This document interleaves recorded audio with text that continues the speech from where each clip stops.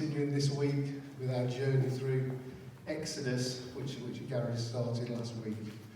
And we're going to pick up at the burning bush this week. Gary spoke about how Moses got to the wilderness, how he murdered or killed an Egyptian, and how he went on the run, how he ended up in the land of Midian. It was how he got married there as well. He found a wife out of seven young ladies that he found around a well, and his wife was called Zipporah. It was quite a pagan family that he married into. Zipporah was the name of a goddess, a pagan goddess, and Midian, where they were into Baal worship in a big way, and Jethro, his father-in-law, was a priest of Midian, so pagan, polytheistic family, quite unsuitable for him in a lot of ways. So he was living now 300 miles east of Egypt, so he'd really taken to putting some distance between himself and the Egyptian court. But I'll talk about that a bit more in a few minutes. I'm going to read Exodus 3, 1 to 17 now. It looks quite long just there, but it actually takes 2 minutes and 8 seconds. I did it, so don't get alarmed. Okay, so now Moses was keeping the flock of his father-in-law, Jethro, the priest of Midian, and he led his flock to the west side of the wilderness and came to Horeb, the mountain of God. And the angel of the Lord appeared to him in a flame of fire out of the midst of the bush. He looked, and behold, the bush was burning, yet was not consumed. And Moses said, I will turn aside to see this great sight, while the bush is not burned. When the Lord saw that he turned aside to see, God called to him out of the bush, Moses, Moses. And he said, Here I am. Then he said, Do not come near, take your sandals off your feet, for the place which you are standing is holy ground. And he said, I am the God of your father, the God of Abraham, the God of Isaac, and the God of Jacob. And Moses hid his face, for he was afraid to look at God. Then the Lord said, I have surely seen the affliction of my people who are in Egypt, and heard their cry because of their taskmasters. I know their sufferings, and I have come down to deliver them out of the hand of the Egyptians, and to bring them up out of that land to a good and broad land, a land flowing with milk and honey, to the place of the Canaanites, the Hittites, the Amorites, the Perizzites, the Hivites, and the Jebusites. And now behold, the cry of the people of Israel has come to me. And I have also seen the oppression with which the Egyptians oppressed them. Come, I will send you to Pharaoh, that you may bring up my people, the children of Israel, out of Egypt. But Moses said to God, Who am I that I should go to Pharaoh and bring the children of Israel out of Egypt? He said, But I will be with you, and this shall be the sign for you that I have sent you. When you have brought the people out of Egypt, you shall serve God on this mountain. Then Moses said to God, If I come to the people of Israel and say to them, The God of your fathers has sent me to you, and they ask me, What is his name? What shall I say to them? God said to Moses, I am who I am. And he said, Say to this people of Israel, I am has sent me to you. And God also said to Moses, Say to this people of Israel, the Lord, the God of your fathers, the God of Abraham, the God of Isaac, and the God of Jacob, has sent me to you. This is my name forever, and thus I am to be remembered throughout all generations. Go and gather the elders of Israel together and say to them, The Lord, the God of your fathers, the God of Abraham, of Isaac, and of Jacob, has appeared to me, saying, I have observed you, and what has been done to you in Egypt. And I promise that I will bring you up out of the affliction of Egypt to the land of the Canaanites, the Hittites, the Amorites, the Perizzites, the Hivites, and the Jebusites, a land flowing with milk and honey. So we're basing what I'm going to say this morning on those verses. I might stray outside of them a little bit, not too much, and when I do, I'll let you know if I remember. Okay, so if you hear some bits and pieces that you didn't pick up from that, that's me straying outside of my boundaries. Let's just talk about, I'm actually going to talk about 3 attributes of God this morning, not so much Moses. But just something to start off about Moses. It's usually said that Moses murdered an Egyptian. It was found out, and he was that frightened, he ran away, went on the run, and ended up in the land of Midian. If we look at the letter of Hebrews, it says something a little bit different. It says this, it says in Hebrews 11:24-27, by faith Moses, when he was grown up, refused to be called the son of Pharaoh's daughter, choosing rather to be mistreated with the people of God than to enjoy the fleeting pleasures of sin. He considered the reproach of Christ greater wealth than the treasures of Egypt, for he was looking to the reward. By faith he left Egypt, not being afraid of the anger of the king, for he endured as seeing one who is invisible, which was God. Says something a bit different about him, doesn't it? It's not quite the scaredy cat we thought he was. He actually chose to follow what God told him to do and go over and end up in the land of Midian, 300 miles away. Next one, was he a murderer? It says in Acts 7:23-24, when he was 40 years old, it came into his heart to visit his brothers, the children of Israel, and seeing one of them wronged, he defended the oppressed man and avenged him by striking down the Egyptian. So Moses is seen by the Jews, at least, as an avenger and a defender, and in that way quite justified in what he did. So assuming they weren't whitewashing him hundreds of years later, because they did venerate Moses quite a lot, he certainly was, by the time he reached Midian, a man of faith and a man who knew God to a degree.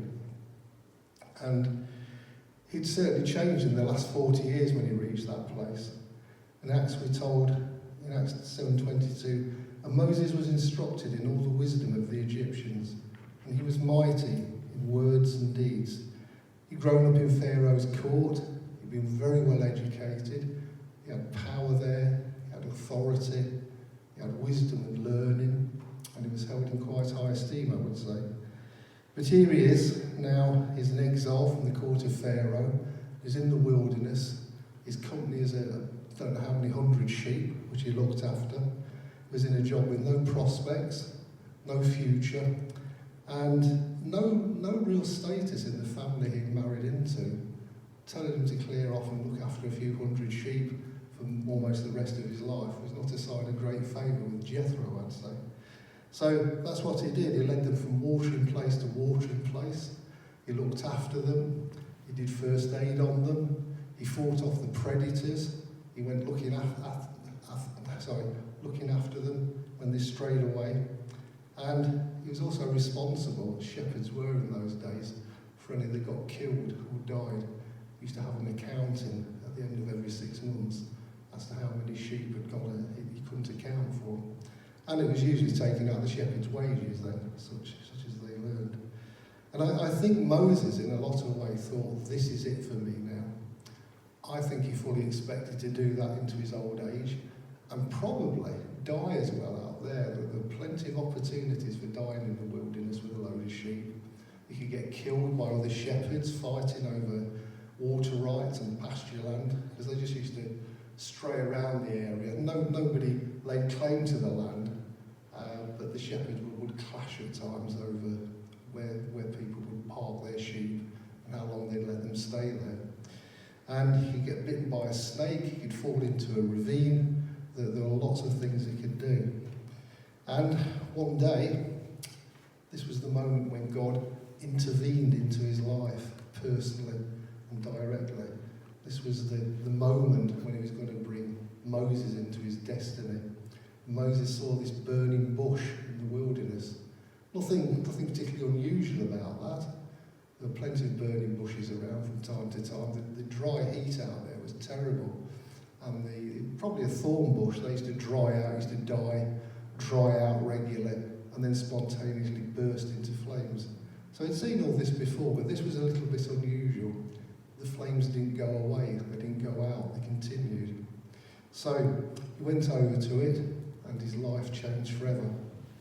So I want to talk about what happened to Moses in terms of who God is because that's what Moses did there. That was the important issue. He came face to face with his God, as his mother would have told him about as she was bringing him up.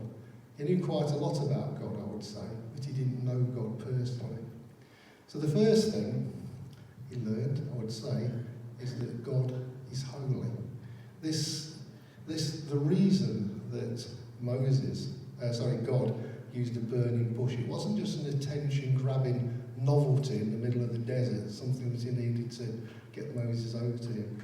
It was used, fire is used throughout the Bible, throughout the Old Testament, as a symbol of God's wrath and his judgment, and also his purifying and refining mercy and his holiness.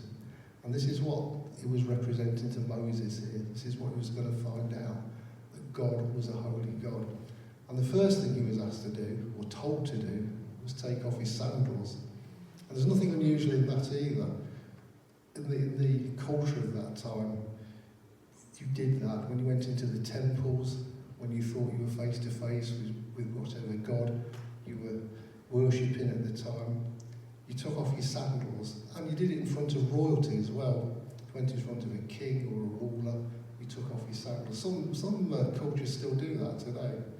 And it was a sign of inward reverence and an outward action of worship towards that person. And what God was doing here was emphasising the gap between the humanity of Moses and his deity, his transcendence, his purity, and his holiness. Moses would have been taken to the temple, I believe, by his mother, or by the princess he was under, temple of Ra. And the Egyptians had a different view of God from the Jews, from the God of Abraham, Isaac and Jacob. They embodied, many of them, into animals, into geographical features.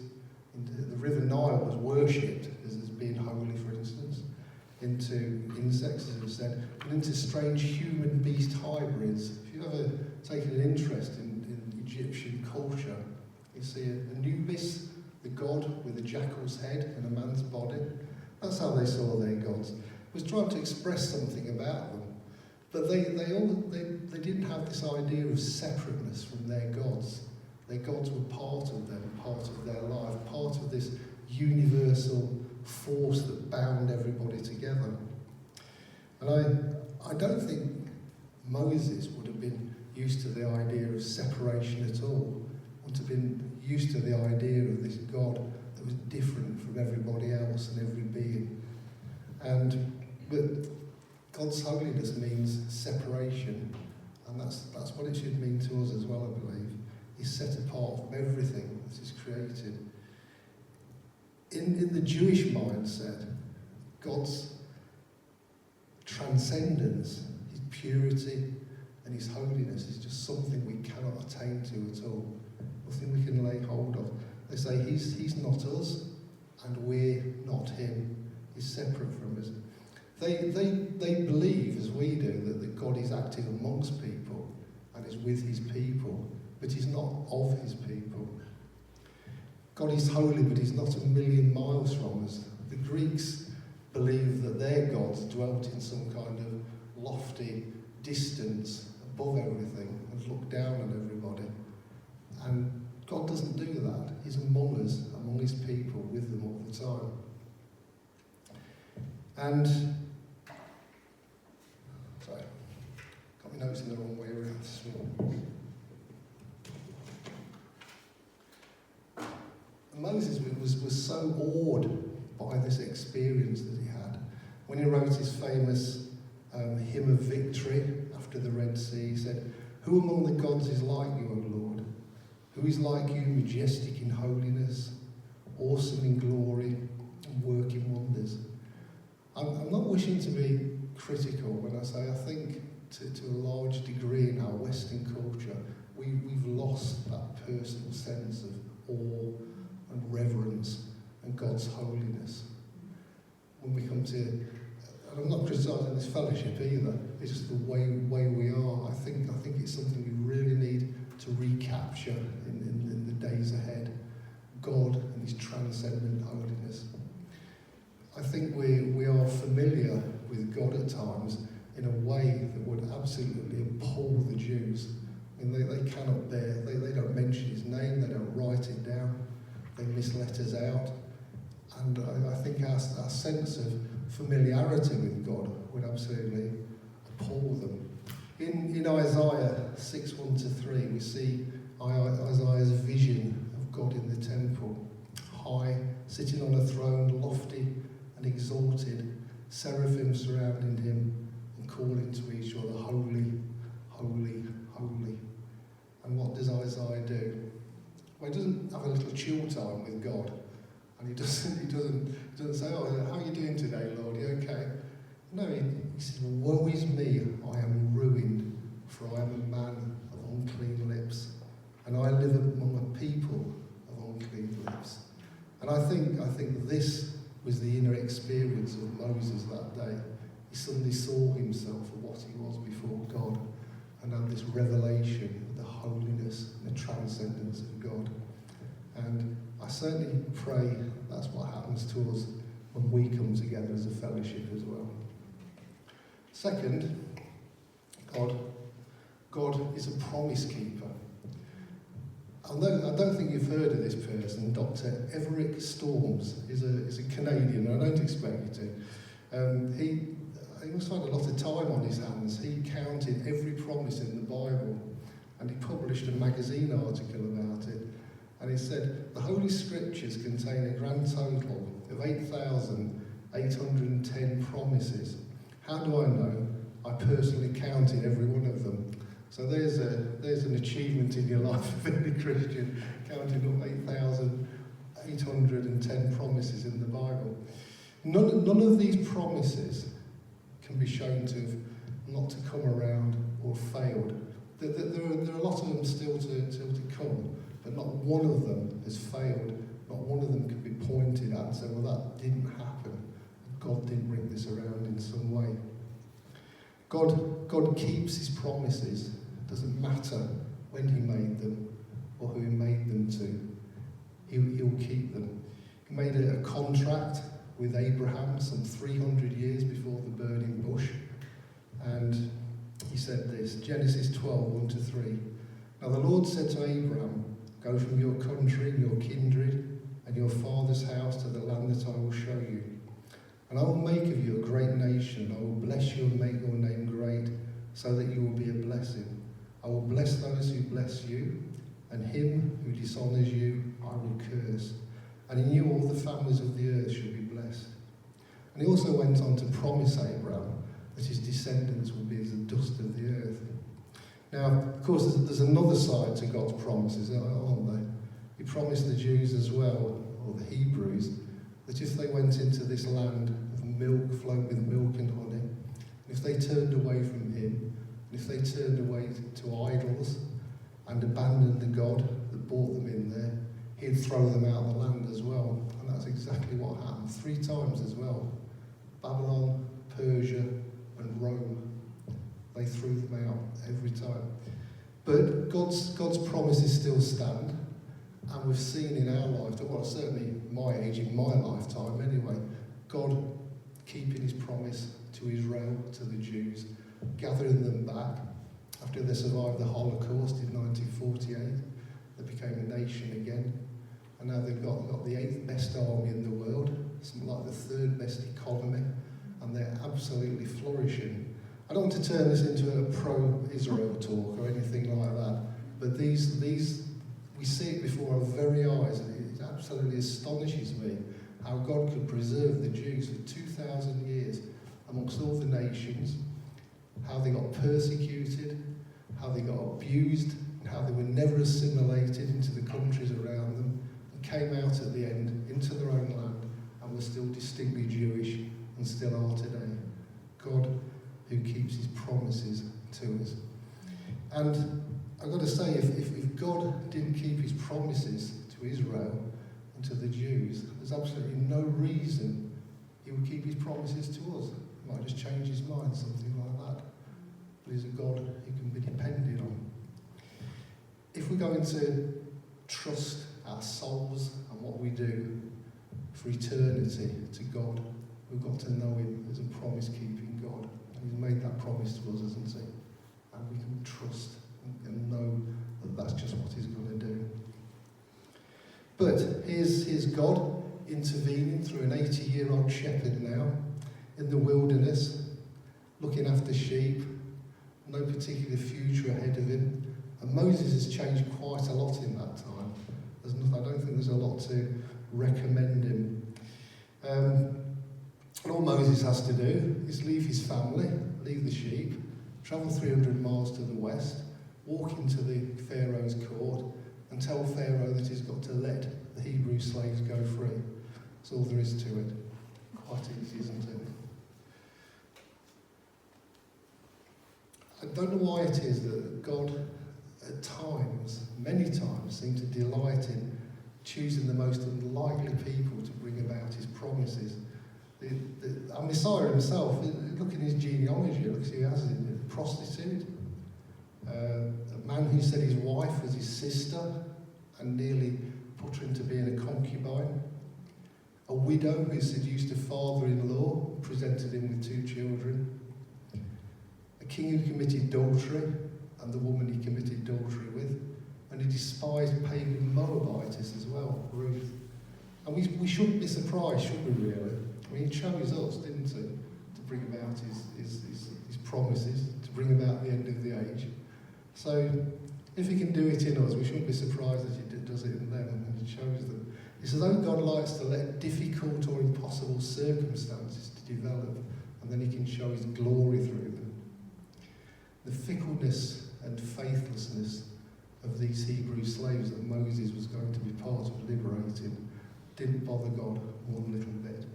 He can never be defeated, he can never be disappointed in what he plans, he accomplishes, much to our surprise.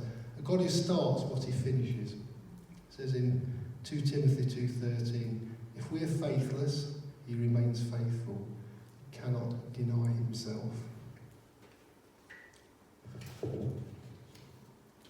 Right, lastly is the God who is with us. I think 40 years earlier, if Moses had been the same as he was 40 years earlier, the burning bush, he'd immediately said, right, that's it, I'm off back to Egypt now, and he'd taken off there, all bustled into Pharaoh's court, and threatened him, and did everything he thought was right, but he didn't. Now he doesn't fancy this at all. God's really worked some changes into him. And so he makes five excuses, Moses does. And the first excuse is in Exodus 3:11. He says, I'm not good enough. Who am I that I should go to Pharaoh and that I should bring the children of Israel out of Egypt? Well, that's true enough. He wasn't good enough. None of us are good enough. Who's good enough to serve God and his purposes? None of us in reality. But God sees past the person. He sees the potential in them. He sees into eternity. And he sees how he can use anybody to bring about his plans and his purposes. And that's what he was going to do with Moses. Second one was a kind of theological one. It was, I don't have all the answers. Then God said to Moses, indeed, when I come to the children of Israel and say to them, the God of your fathers has sent me, and they say to me, what is his name? What shall I say to them? Well, God asks us to serve him as vessels that he can use. We don't need all the answers. I've been on an outreach in the streets. And a lady said to me, she said, I'd like to be here, but I don't like, people will ask me questions that I can't answer. I said, he's going to ask us all questions that we can't answer, but you can tell him about your testimony in Christ, can't you? You can tell them how you came to be saved. That's all that God wanted. He doesn't want us to be informed theologians, doesn't necessarily want us to go to Bible school. And Moses was the same. God wanted the heart of the person, the heart of the man. He wanted the humility of Moses. He wanted his uncertainty in a lot of ways, because that's how God could work through him. That's how he could bring glory to himself. That's how he could take the credit for what's going to happen. Not Moses, his abilities, but what God is doing through him. Excuse number 3. No one will listen to me. Then God answered and said, but suppose they would not believe me or listen to my voice. Suppose they say, the Lord has not appeared to you. I have to say, I think that's the excuse I would use myself. I'd be very worried that, well, they're not going to take a blind bit of notice of me, Lord. They're going to call me a liar and all sorts of things. What if they just laughed at me and said I was delusional? Well, that happens all the time, really, doesn't it, to Christians, when we witness to people, and especially if we come across atheists who we talk to. They say we're liars, well, not liars, but we are delusional and we're mistaken, putting it mildly. So, it didn't matter. God would take care of convicting people's hearts. He would take care of showing that to be the truth in Moses' life, in who God was, and in what was going to happen. Don't have to be concerned about that. Excuse number 4, I'm a terrible public speaker. Then Moses said to the Lord, "O my Lord, I am not eloquent, neither before nor since. You have spoken to your servant, but I am slow of speech and slow of tongue." Well, it certainly had changed, hadn't it? A bit in Acts that I read out, Moses was instructed in all the wisdom of the Egyptians, and he was mighty in words and deeds. And perhaps 40 years in the wilderness with a bunch of sheep had knocked those skills out of him. And perhaps he could see more in reality who he was and what his abilities were like. And the last excuse, he said, "Send anybody but me." That's a good excuse, isn't it? Really scraping the bottom of the barrel, I think that is. But he said, "Oh my Lord, please send by the hand of whomever else you may send." I think Moses got quite desperate at that point. He just couldn't get out of it. And this was the point. God got really annoyed with him.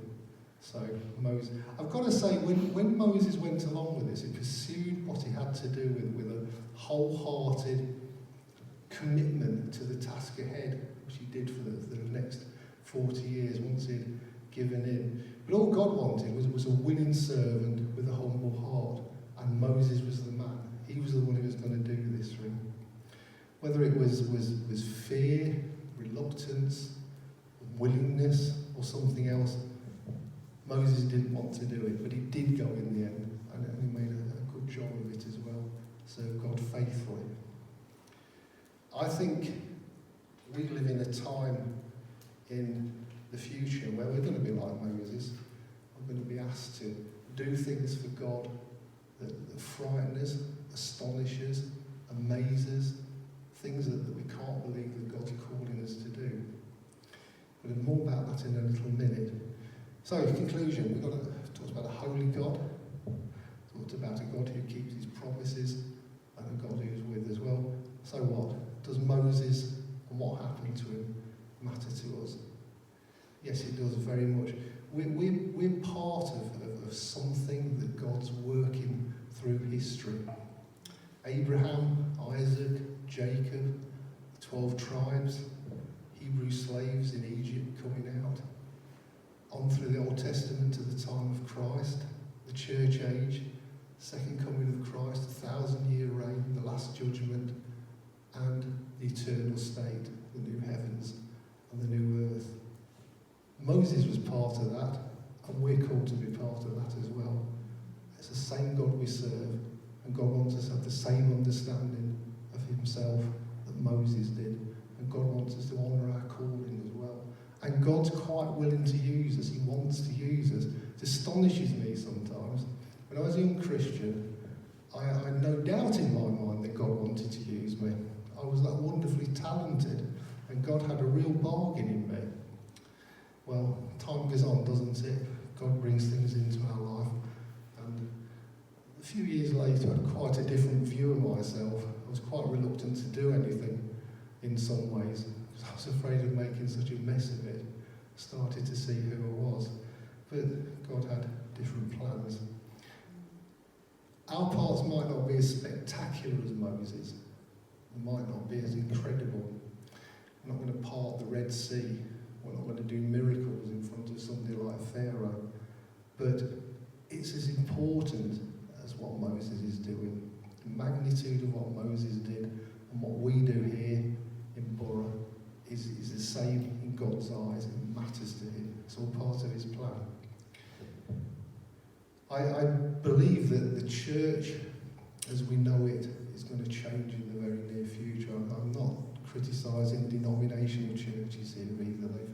They play a really important role in society. I think especially seen in the COVID outbreak, how they've been the heart of the community in a lot of ways. I watch been more closer to what's happened over at Holford, looking after people who can't get out, who can't go shopping, food banks.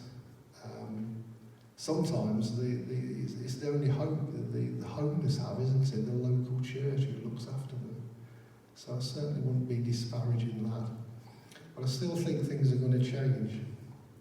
And I think in the future there's going to be many burning bush moments for us as the people of God. I really do. It's going to call us to do things, and we're going to be frightened, amazed, astonished. We're going to say, why me? I'm not a good public speaker. And the good old, that's a great idea, Lord, but send somebody else. It's not for me to do. But like Moses, he's going to be with us. He's going to equip us. He's going to enable us. He's going to train us. It might be on the job. He's certainly going to do that. And he's going to be like with Moses, he gave him Aaron. He said, I'll give you Aaron. He's a good speaker. He's going to give us the people that we need. But he's going to be with us on the road that he calls us on. However improbable it is, however difficult it is, however different it is, it's going to be with us, even when we don't know where it's going to be leading. Thank you.